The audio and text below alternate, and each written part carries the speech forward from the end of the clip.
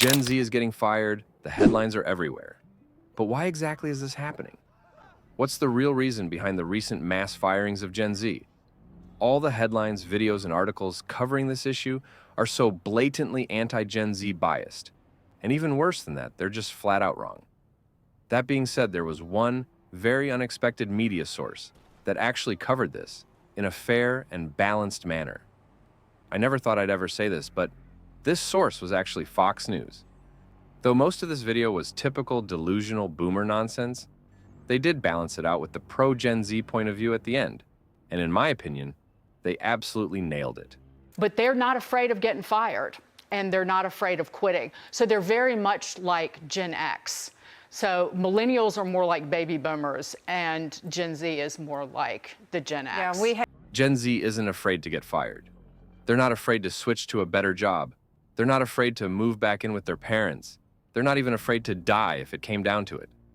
All the headlines you see about them being soft or entitled or lacking workplace etiquette is really a reflection of the fact that they're the first generation not afraid to stand up to the toxic, abusive BS of modern bosses and corporations. The reason Gen Z is getting fired is because they're not scared to get fired. They're not slaves to their jobs like previous generations, and modern corporations who want to keep you enslaved are absolutely terrified of this. Modern bosses and corporations are truly the most toxic, abusive scum of the earth. Make no mistake about it. They treat you like dirt, pay you dog shit wages, and expect you to worship them in return. It's funny and ironic that Gen Z is labeled as soft for standing up to this BS. The people pushing this narrative have such a backwards definition of the word soft. There's nothing courageous or commendable about letting a corpo jackass push you around and verbally abuse you while you just sit there and take it. In fact, it's the exact opposite. If you disagree with this, let's imagine this scenario anywhere outside of work, and you'll see just how insane this logic really is. If a woman was trapped in a toxic, abusive relationship with a shitbag husband who constantly got drunk, beat her, and cheated on her. Or the other way around, men can absolutely be the victims too.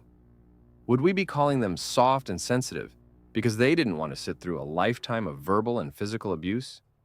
Or would we be calling them brave and courageous for not being afraid to leave that abusive relationship? This is obviously a complete no-brainer.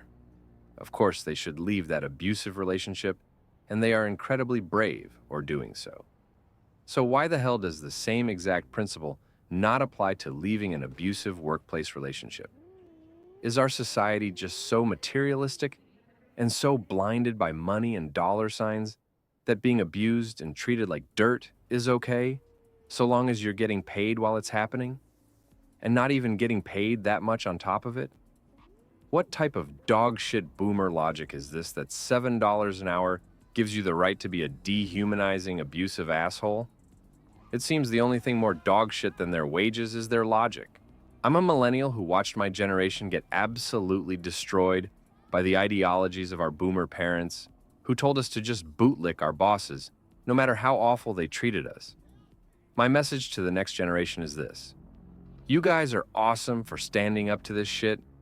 Don't let the delusional boomer media gaslight and manipulate you into thinking you're soft or lazy for not accepting their dogshit wages and working conditions. Don't let them make you think that they're older, wiser, and more experienced than you, therefore they know better and you should just listen to them. Their old age actually makes them completely detached from modern reality, and most of them got their degrees in literally a different century. Their mindset and culture is way out of touch and outdated. But here's the thing. You guys have now come of age and you have the knowledge, the resources, and courage to be the change you want to see in the world.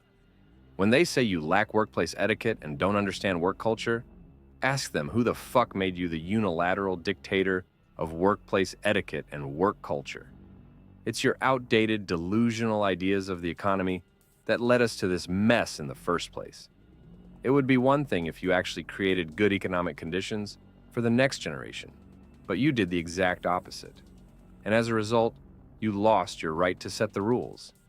If your idea of workplace etiquette is respecting bosses who constantly chew you out and verbally abuse you, if your idea of communication skills is yelling and screaming like a petulant child when you miss sales targets by 3% That just means your logic is way too twisted to even be taken seriously. This may all sound pretty bleak in the present moment, but there is a silver lining for young people in the future. Boomers are getting old, and soon they will become completely irrelevant. It will be a tall task to repair all the damage they caused, but if any generation can do that, it's Gen Z. You guys are considered soft and entitled by today's definition, but that's because today's definition is dumb in the first place. One day, you will get to rewrite the definitions to suit your principles. You will be the ones in charge of businesses, politics, the economy, and the world. And that is a future I'm looking forward to as a millennial.